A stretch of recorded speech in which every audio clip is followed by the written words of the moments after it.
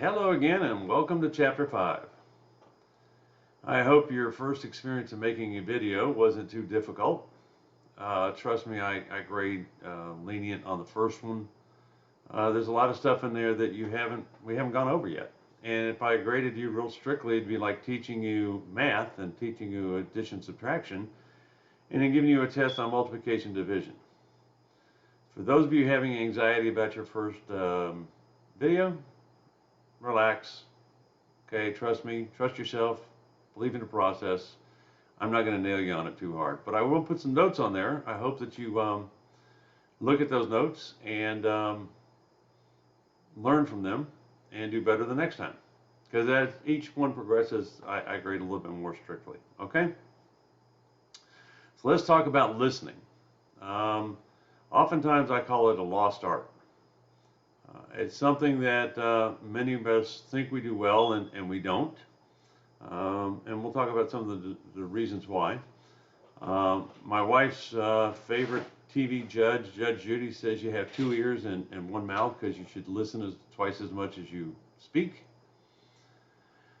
I don't know if I want to go that far, but you do need to make sure that you use your senses to understand what people are saying.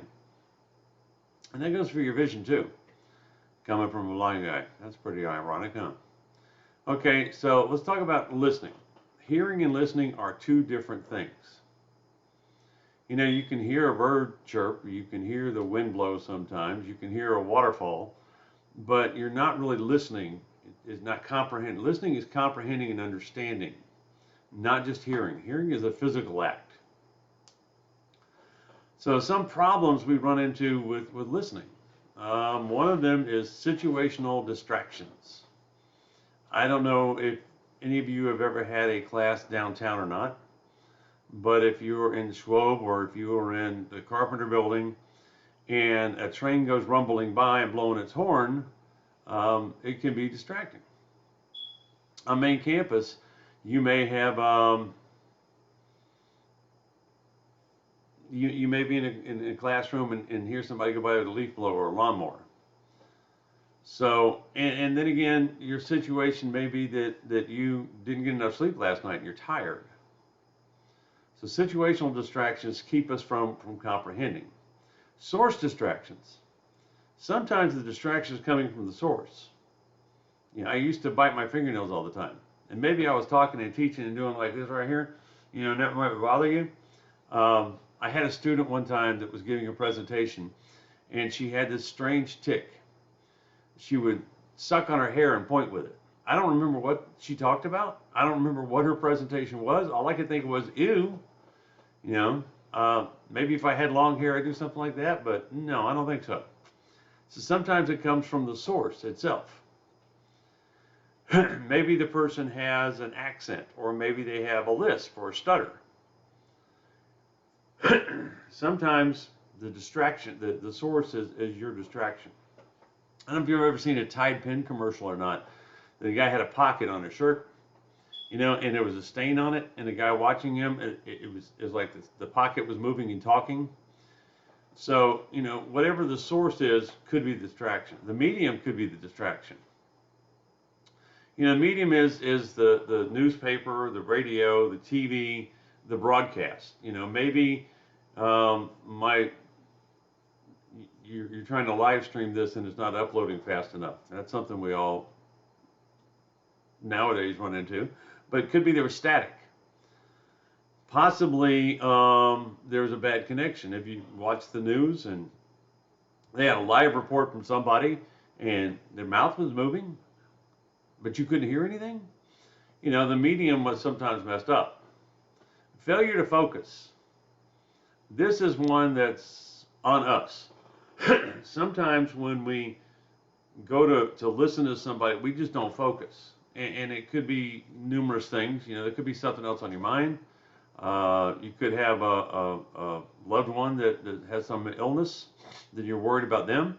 Maybe you got in a fight the night before with your significant other, and that's on your mind. You know, maybe, you know, I just don't care. Maybe you know, I tired of this guy talking and I really don't care. I'll read the chapter and I'm not going to listen to him. Whatever your reason not to focus is one of the distractions that we have in listening. Judging too soon. I believe we have all been guilty of this more than once in our life. The best example I can give is when I was in the Army, I had a change of command ceremony that I was in the color guard in. And my old company commander was a very illiterate person. He was educated and he spoke well. And it was somebody that I could trust to lead me. And the change of command, I heard his replacement for the first time. And his replacement had a southern drawl, and it sounded like he come from the hills of West Virginia, and ain't never had a fork in his family tree. And I was standing there thinking, oh my Lord, I got to follow this guy. I found out later the guy actually had a PhD and 2 master's degrees, but I judged him strictly on his articulation of words. He was a very intelligent man. It's just that he had that habit and that twang, and it immediately I thought of some uneducated hillbilly, and I was wrong. And a lot of times we might hear somebody speak or see somebody that's disheveled and doesn't have nice clothes on, and it's like, well, why am I supposed to listen to this guy? So sometimes that we judge the person before we give them a chance. I often use the example as I'm 60 years old. If I walked into class with shorts, flip-flops, a tank top, and a hat on backwards, y'all would probably judge me pretty like, what the hell is his problem? So we can't judge too soon. Oftentimes I have 6, 7 grandchildren now. And oftentimes I found myself, and I've gotten better, but sometimes, they say something that's like, how the heck do you know? You're just a kid. But it turns out that my grandkids are pretty intelligent, and they surprise me often. Listening anxiety is another problem we have. And that problem is inside ourselves, inside our head, this professor's talking about this, and I'm going to get tested on this, and I got to learn all this, or the boss is giving me these directions, and he wants it done exactly this way, and it's real complicated, and oh my God, what am I going to do? And I got to get this right. And you put so much pressure on yourself that you really can't even focus. So you got to back off. Believe in yourself. Now, there's many benefits of good listening. The book lists a few. I think there's a few more, but we'll just go with what they have. Relationship satisfaction is the number one thing they list. And if you think about it, if you want to be in a good relationship, you need to listen to your partner, whether it's an intimate relationship or a business relationship. Whatever you do, you have to listen to whoever's talking to you and understand them. And you want the same. Reciprocation is something that's very important. I believe I use this example to y'all. If not, the first time you heard it, if not, I'm repeating myself. But one day I was sitting on the front porch, just reading my phone and having a cigar and a scotch, and my wife came out and said something to me, and the whole time, I had my phone go, yeah, yeah. And I realized that it was rude of me to be staring at my phone instead of looking at her when she was talking to me. Although it was something that was non-consequential. It was a nothing thing. It was kind of like, what do you want to have for dinner tonight? Or I'm thinking about fixing fried chicken for dinner tonight. And like, okay, I don't care. It was still interfering with a relationship. How many of you have sat around a table at a restaurant and noticed that everybody had their phone? It gives a lot of satisfaction to a relationship if you have a conversation with somebody. Community activism. Now, this is something that's very big at Columbus State, especially with the NPACE Center. We like to be active in the community. And the thing is, if you're a good listener, you can listen to people talk, and you'll find out that, well, this is a problem in our community. And it helps you become more active. and trying to fix those problems. Something that may be bothering you. I wish there was better parking. I wish there was better parking. I wish there was better parking. But you're not listening to 20 other people say the same thing. Well, 20 other people are saying the same thing. Then let's get together and let's make this happen, as opposed to you can have a better community. Media awareness. This is something that's extremely important today, because we have so many different forms of media. Back in the day when I was young, I know it's a long time ago, they had black and white TV, but we had 3 channels. That's all we had. We had 3 channels in a local newspaper, and everybody had basically the same information. But now you have tons of different, I call it a silo. You can get into a silo of information. I agree with these people, and these are the ones I'm going to listen to. And if you do that, then you're hurting yourself. Media awareness means being aware of the different types of media and listening to it, so you can listen to and conclude a broader picture. I watch Fox and CNN and MSNBC, and I try to get different views and different opinions. I don't agree with any of them totally, but on the other hand, if, for example, one of my kids is extremely conservative and another one's extremely liberal, I understand both sides of the coin, and I can have a conversation with both of them on that. Job success. I think that most of us want to succeed in our job. That's one of the reasons you're coming here, is because you don't want to be flipping burgers at McDonald's the rest of your life. And you want to succeed in your job, and if you are a better listener, it's much easier to succeed. When I used to survey many years ago, before I joined the Army, I'd listen to the boss talk and find out what we had to do. And when we stopped, I started prepping the stuff we had to do, because I listened to what was going on, and it allowed me to move up the ranks. And I became a tail chairman, then a head chairman, then an instrument man, then a part-time party chief, simply because I listened to what was going on, and I knew when we got there what the task had to be done. My boss never had to tell me. Well, when I first started, they did, but my boss didn't have to tell me what had to be done, because I knew what we were supposed to do, and I got it ready. And all that came from listening. Had I just sat there and slept on the truck on the way up there, or not paid attention, or played on my phone, which we didn't have that option back then, I would have not have progressed in the ranks the way I did. So, types of listening. There's a couple of different types of listening that we're going to talk about.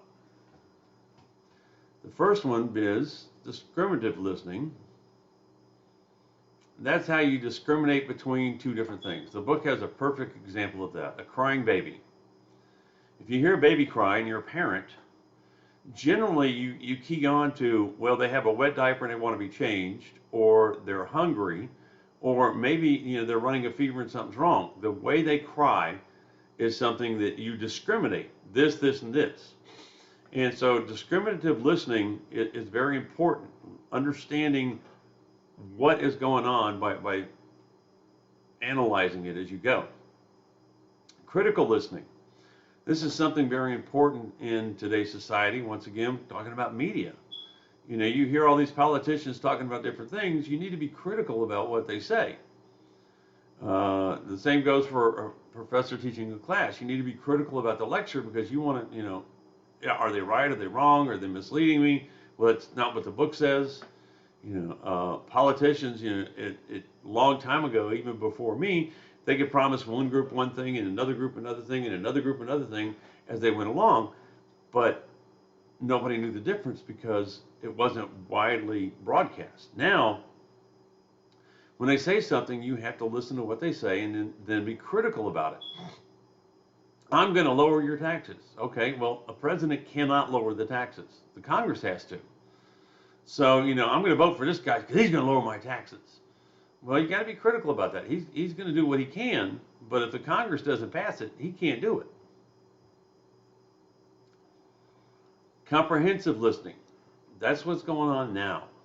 Hopefully, anyway. You're trying to comprehend what I'm talking about and understand it So at some point in time when you have an exam on it or you have to perform, then you will be able to. You want to understand it. Appreciative listening is my favorite listening. In the morning, I get my cup of coffee, I come down here, I put YouTube on, and I listen to music. And I relax. Appreciative listening is listening to something to enjoy it, simply. And empathetic listening, empathy is something that we need to show as human beings. You know, when my wife's father passed away, I couldn't be sympathetic because I didn't know what it felt like. But I could be empathetic and show her that I cared about what was wrong. Show her that I cared something was bothering her. So empathy is something we need to understand. And we need to be empathetic to make our community a better place.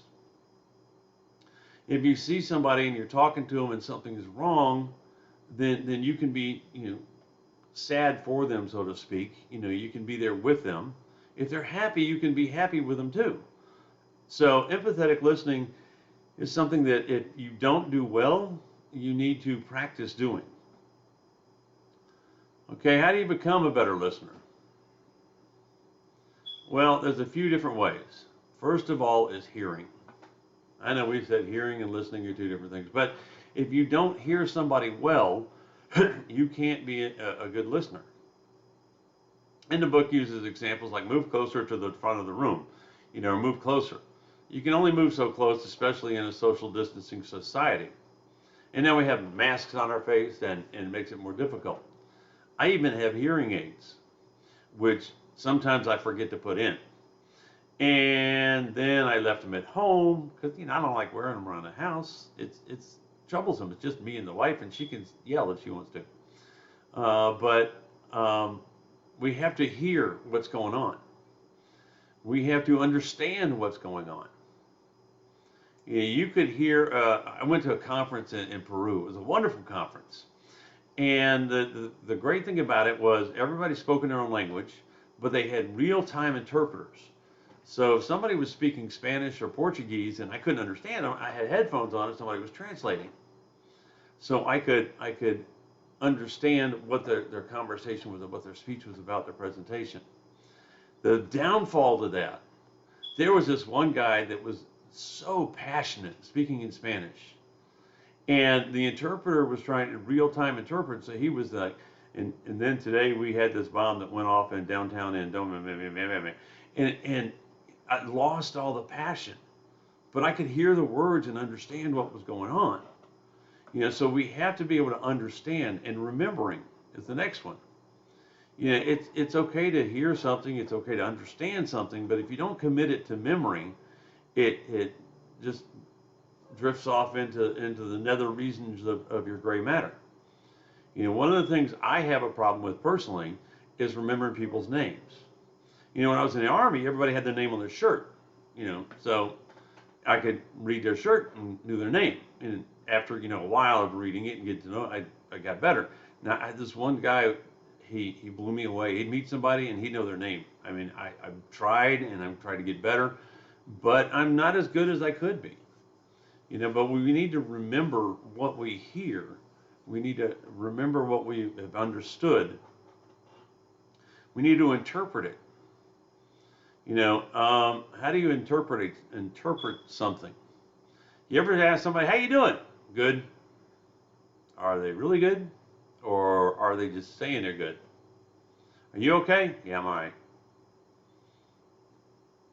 How do you interpret it? Hopefully the person that you know well, you'll be empathetic enough with them to understand. But if you're good at empathy and you're good at understanding, then you can interpret a lot of stuff from body language.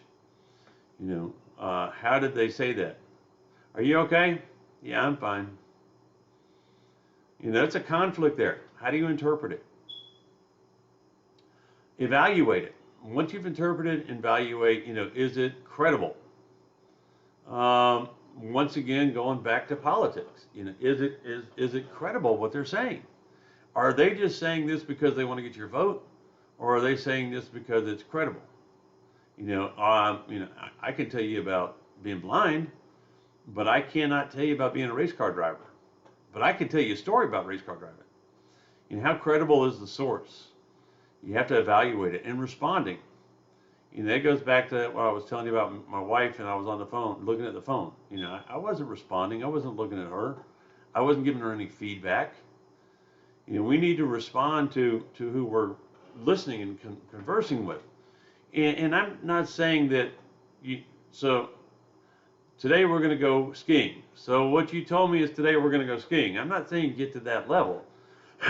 You don't need to take it that deep. But nod your head, or if there's confusion, ask some questions and clarify it, and make sure that they understand that you're actually listening. So what I want to talk about now is some ways that you can become a better listener. This isn't in the textbook, but it's something I think is helpful. Now, something they call pseudo listening or fake listening. That's what we often do in class when we're bored with the instructor because they're monotone and or sometimes that we really don't care that what's going on.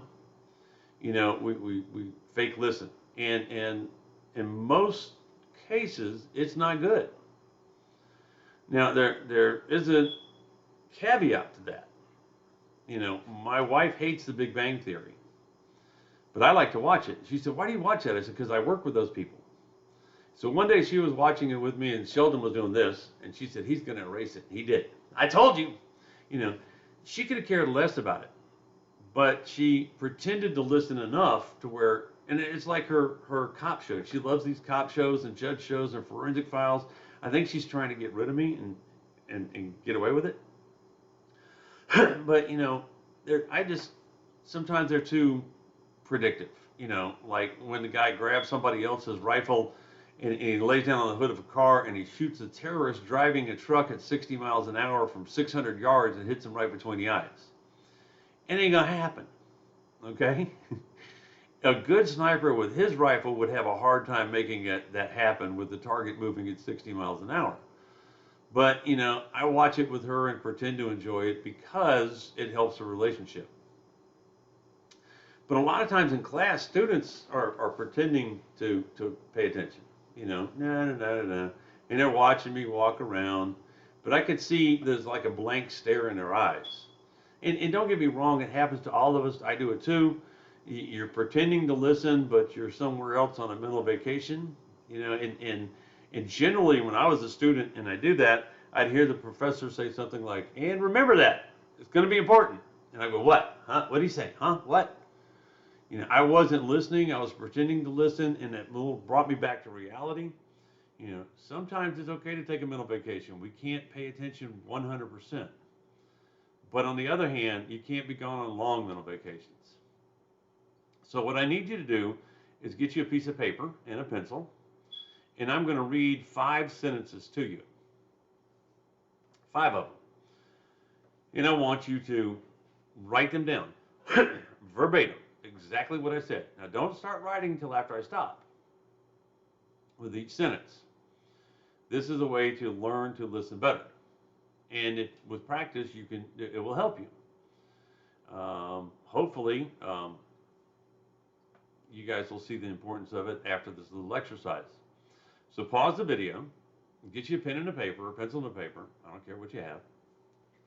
If you want to bring up a screen and type, that's fine. But some way to write the sentences as I read them. Okay, hopefully you pause the video, and we're going to go to the first sentence. Write it verbatim, and don't start till I finish. Everyone at the game wore a red shirt.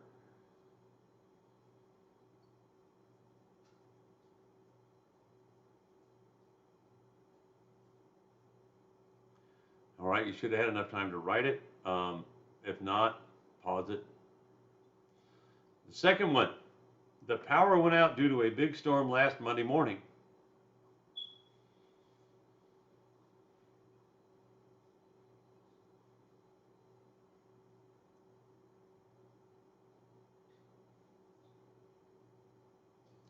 This is a lot more fun in class because I can watch you.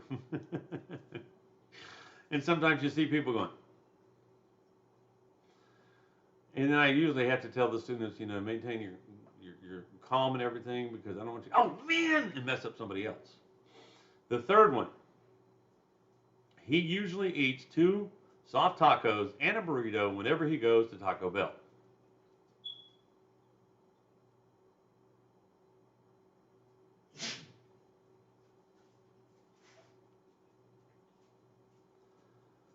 The fourth one, the 4 children spent the whole afternoon playing on the swings and slide at the local park.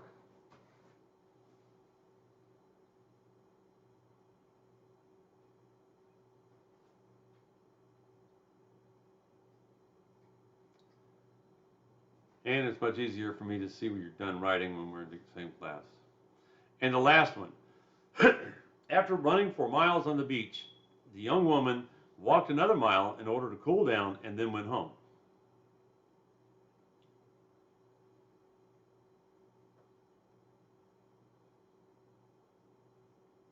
Okay.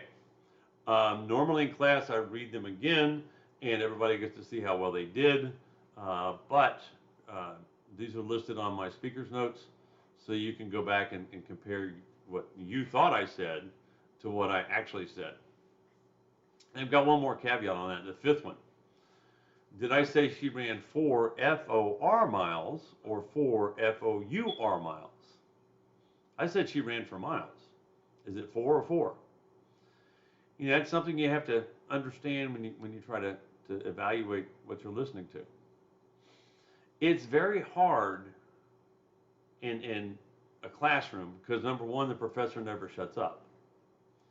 And number two, you can't do both at one time. You can't listen and write. So you listen, you think it's important, you write it down. You may have missed something else that was more important, and it's difficult to do. But if you practice listening, it will help you.